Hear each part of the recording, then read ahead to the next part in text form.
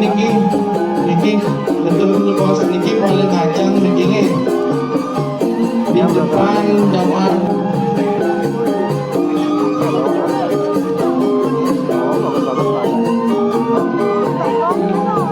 Apa ada handphone box kan itu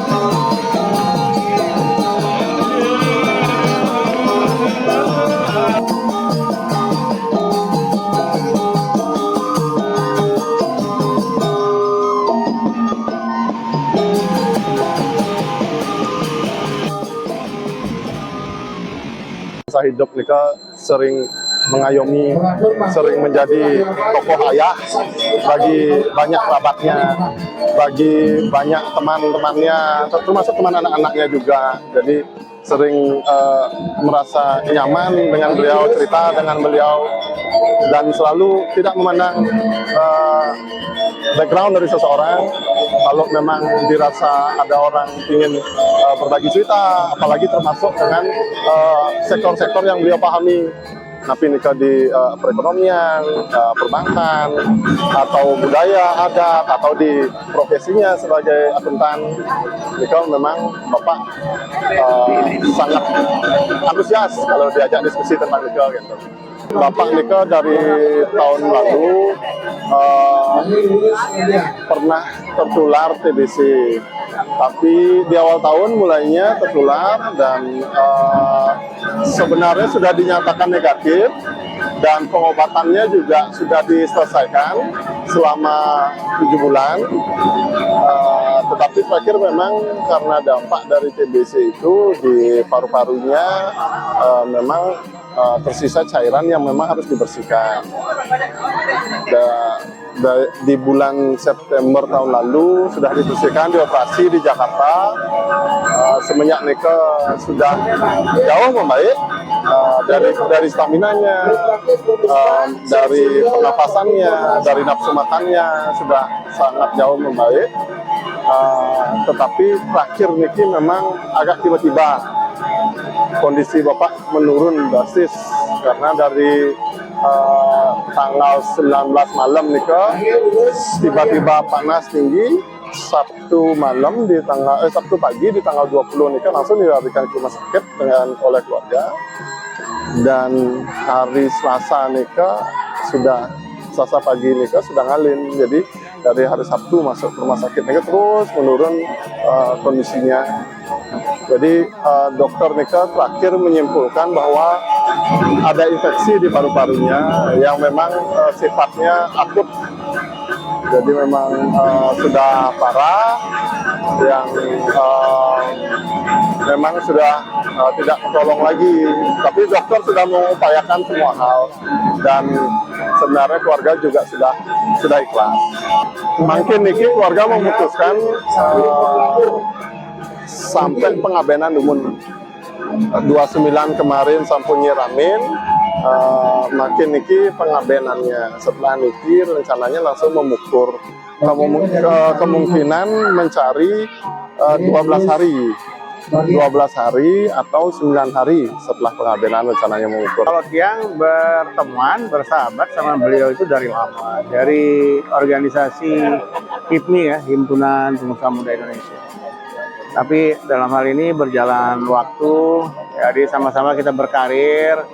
Nah, dalam ini juga saya lihat orang yang paling konsisten terhadap lembaga perkreditan desa ini adalah Prof. Pramanta almarhum sekarang.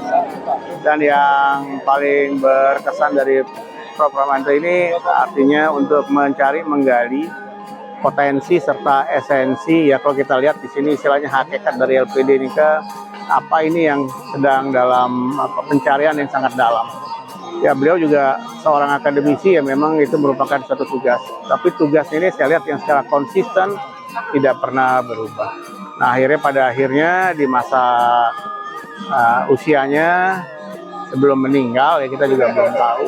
Ya, beliau menghubungi kami, menghubungi saya secara pribadi untuk meminta kata pengantar dalam buku yang ternyata beliau susun khusus untuk akuntansi LPD yang akan dicetak ya, bersama putranya menyusun di sana, yang akan dicetak, yang akan dipersembahkan kepada seluruh LPD yang ada untuk menjawab yang selama ini menjadi satu permasalahan tentang masalah bentuk ya, atau klasifikasi LPD itu sendiri.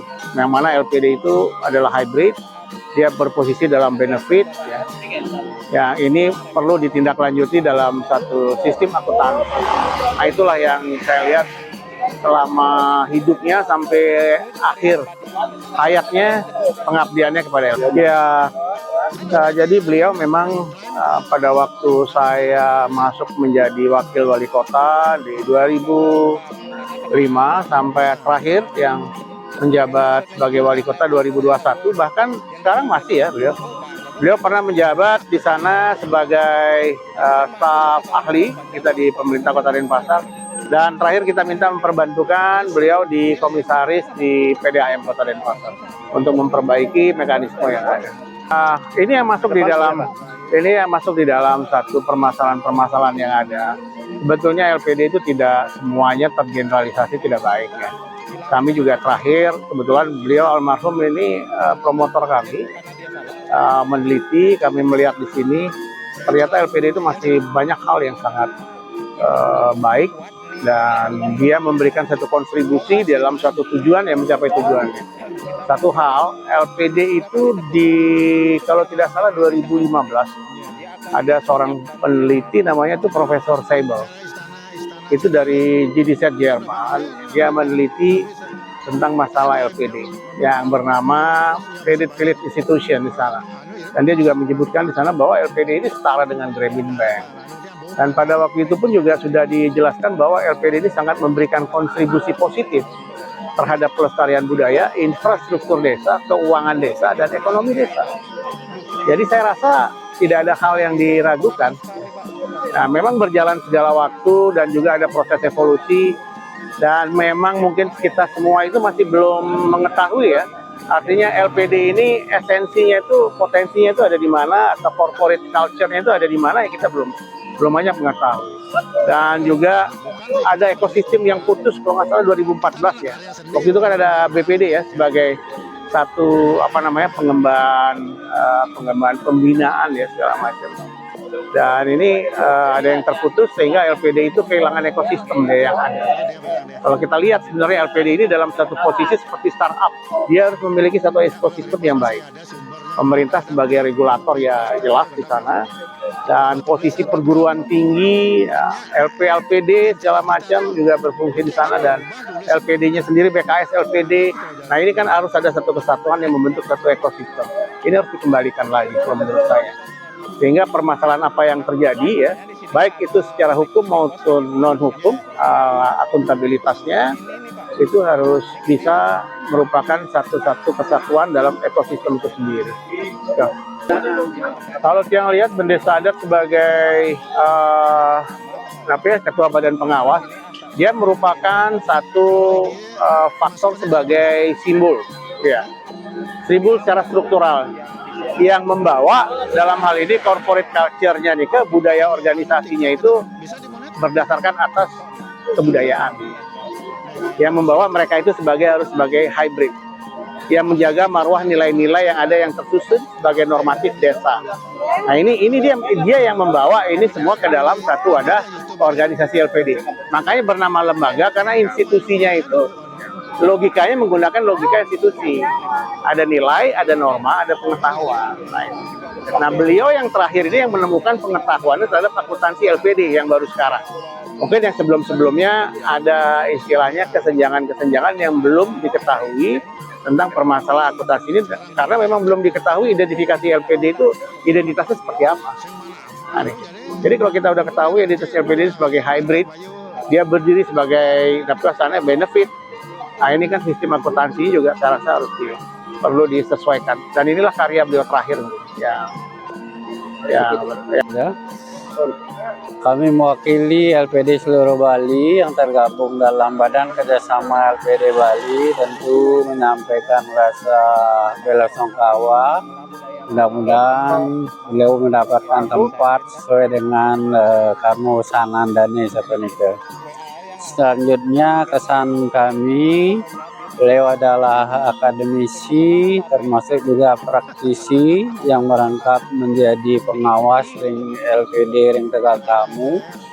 Kita merasa sangat kehilangan, dan beliau adalah pemerhati sekaligus juga memberikan ilmunya, pengabdiannya kepada LPD Bali itu konsisten dan komitmen sekali. Yang terakhir saya sangat katakan berkesan kepada beliau adalah beliau ingin membuat buku untuk tata kelola LPD. Tentu ini mudah-mudahan juga bisa dilanjutkan oleh generasi penerusnya. Jadi yang sangat berharap buku-buku seperti ini dari akademisi sekaligus praktisi bisa memberikan arah atau memberikan pandangan kepada LPD kita ke depan. Yang satu lagi yang sangat saya terkesan bahwa beliau mengukur LPD itu jangan dengan Camel, tetapi harus dengan Camel S.